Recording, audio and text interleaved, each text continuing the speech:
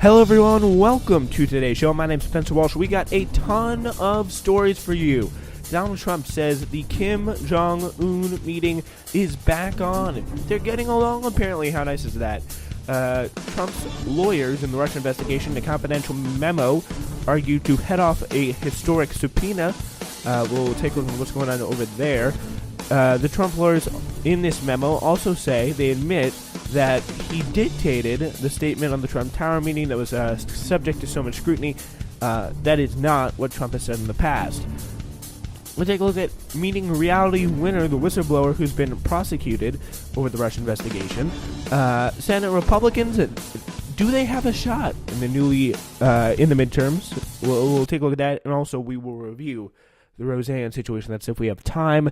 And I want to say, we, of course, honored to have Glenn Bradford with us. Glenn, thank you so much for joining us. Thank you, Spencer. How are you? I'm doing great. How are you doing? Good. All right, so we're going to get back to the big news today, or actually from June 1st, was when it was announced. President Donald Trump held an extraordinary Oval Office meeting with Kim Jong Un's deputy on Friday, after which he snapped a chummy photo with North Korean official holding a very massive envelope, and announced the historic summit with Kim is back on. They'll be meeting June 12th in Singapore, Trump told reporters on the south lawn of the White House, escorting Kim Jong-chol, Kim Jong-un second in command, into a vehicle.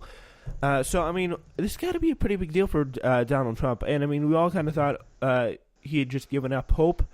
But do you think it was some kind of more strategic play? Do you think there was something in canceling it? Do you think that it was a move to bring them behind the table? The North Koreans back to the table, I should say? Yeah, I don't exactly know what his strategy was.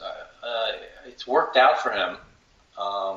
Maybe he knew that the North Koreans were pretty desperate for this meeting, but it certainly wasn't apparent to me, given the rhetoric we were hearing from North Korea just before he canceled. Mike Pence and John Bolton had said some things in the media about North Korea ending the way Libya ended up, and that angered the North Koreans a lot. And it sounded to me like they just wanted to get out of this meeting at that point. And whether you can say that the president called their bluff or not is up for speculation, but it turns out that both of them really do want to talk, and they turned it around pretty quickly. So we'll see how it goes. Yeah, it kind of sounded like I do believe they actually said face to face that the North Koreans said publicly, we cannot hide our contempt for John Bolton here. So that seemed to be kind of where they were playing off as. It was they were just not big fans of him. Which, I mean, give credit to Trump here for kind of rebounding past, in my opinion. So, anyway. Yeah, I still don't hold out any great hopes for the summit itself, but the fact that they're talking is a good thing, and as long as it doesn't spiral into something worse as a result of this meeting, maybe we'll see something positive out of it, but it'll take a long time, I think, to resolve all the issues. Yeah, and there's apparently big disagreements about how they're going to denuclearize. North Korea wants to do it more slowly, and the U.S. will not accept anything but a full and complete denuclearization here. So, Trump also tempered some expectations for what the Singapore meeting will yield, saying nothing will be signed during the summit, and that would be simply the beginning of a process towards denuclearizing North Korea. Just like you said, it would take a pretty long time to get to. It's a process. He said we're not going to go in and sign something on June 12th, and we never will. We're going to start a process. So it looks like he has that kind of idea. He's not like, I'm just going to go pop in there and get it all done, which is something that is good. The meeting was the latest dramatic twist in the lead up to the summit, which holds the potential for a legacy-affirming foreign policy victory for Trump. The president has appeared tempted by the idea to denuclearize North Korea, and then that could possibly earn him a Nobel Peace Prize, but critics have warned Trump that he should be highly skeptical of the North Koreans' intentions and not quickly provide sanctions relief, which I kind of agree. I mean, they have to really agree to something substantive for that. But, I mean, what do you think Trump's role in all of this was, and how does that compare to some of the other players on the global stage who started maybe negotiations with them, with North Korea first? Well, the big difference with Trump is that he's willing to meet personally with the North Korean leader, which no other president was willing to do. We have to keep reminding ourselves that this North Korean regime is a brutal dictatorship. They, do things along the lines of what Russia does with its enemies, perhaps even worse. And the North Korean people are subjected to a lot of things that most civilized countries in the world are not subjected to. They live in poverty, they live in isolation, and yet we're going to sit with them at the table with our president. And the treatment they gave this fellow, this Kim Jong Un on Friday was pretty unheard of too. I mean, this guy is their chief spy master, and he's been responsible for the shooting of a South Korean ship and killing of sailors on that ship,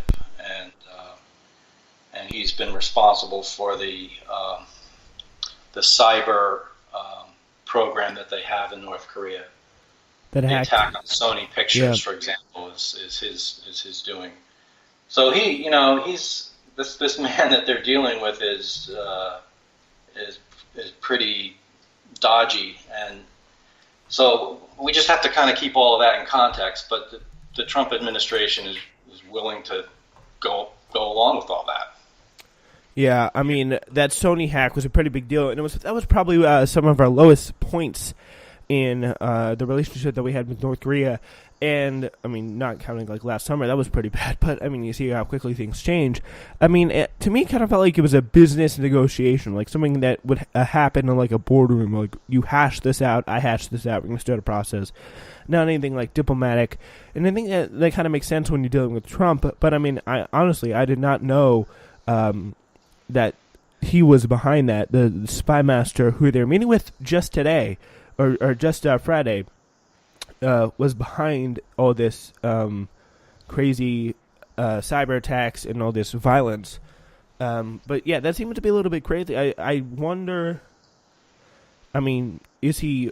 Yeah, it just seems to be like uncharacteristic for Trump to be this kind of tempered and this kind of controlled. Typically, he thinks things are a lot easier than they are, but maybe he's learning some things now that he's been president for a while. I mean, he came in and he wanted the ACA to be rejected in a week or two, after he was elected. And you worry that he thinks he's going to be able to fix this North Korea problem pretty easily too. But I think enough people have warned him that this isn't going to be so easy, and he has to adjust the expectations for it, for his own political stability as well. I mean, he doesn't want to promise the world and then have it not work out. So I think he's doing the smart thing by tempering the expectations. Yeah. Are you a little bit apprehensive about the diplomatic norms here being broken? Do you think it's gonna be a real problem down the road, or do you think, hey, I mean, if he's breaking norms and getting results, then that's a good thing? Like, I'm just curious where you fall on that. Yeah, I mean, it just bothers me that they're giving this regime license to, enter the Oval Office and meet with have these high-level meetings with the president. And, it just gives that kind of regime more credibility in the world when it shouldn't be getting any of that. I suppose that, because they're a nuclear power now, we have to cave in to these kind of spectacles. But it does trouble me. But I suppose that the situation could be pretty dire if there's a nuclear war, obviously. And so, maybe Trump feels that this is something he has to do. And maybe in the end he'll be proven right. But I think it's premature to say that at this point. Mm-hmm. Yeah, so it's very important just to evaluate and look back over time, see what's coming, see what's happening, and make a decision from there on. So, all right, now we turn our attention to the Russia probe. President Trump's lawyers have for months quietly waged a campaign to keep the special counsel from trying to force him to answer questions in the investigation into whether he obstructed justice, asserting that he cannot be compelled to testify and arguing in a confidential letter that he could not possibly have committed obstruction because he has unfettered authority over all federal investigations. That on its face doesn't seem right. Although I don't know the legal ins and outs of everything, I'm pretty sure he does not have unfettered authority over all federal investigations.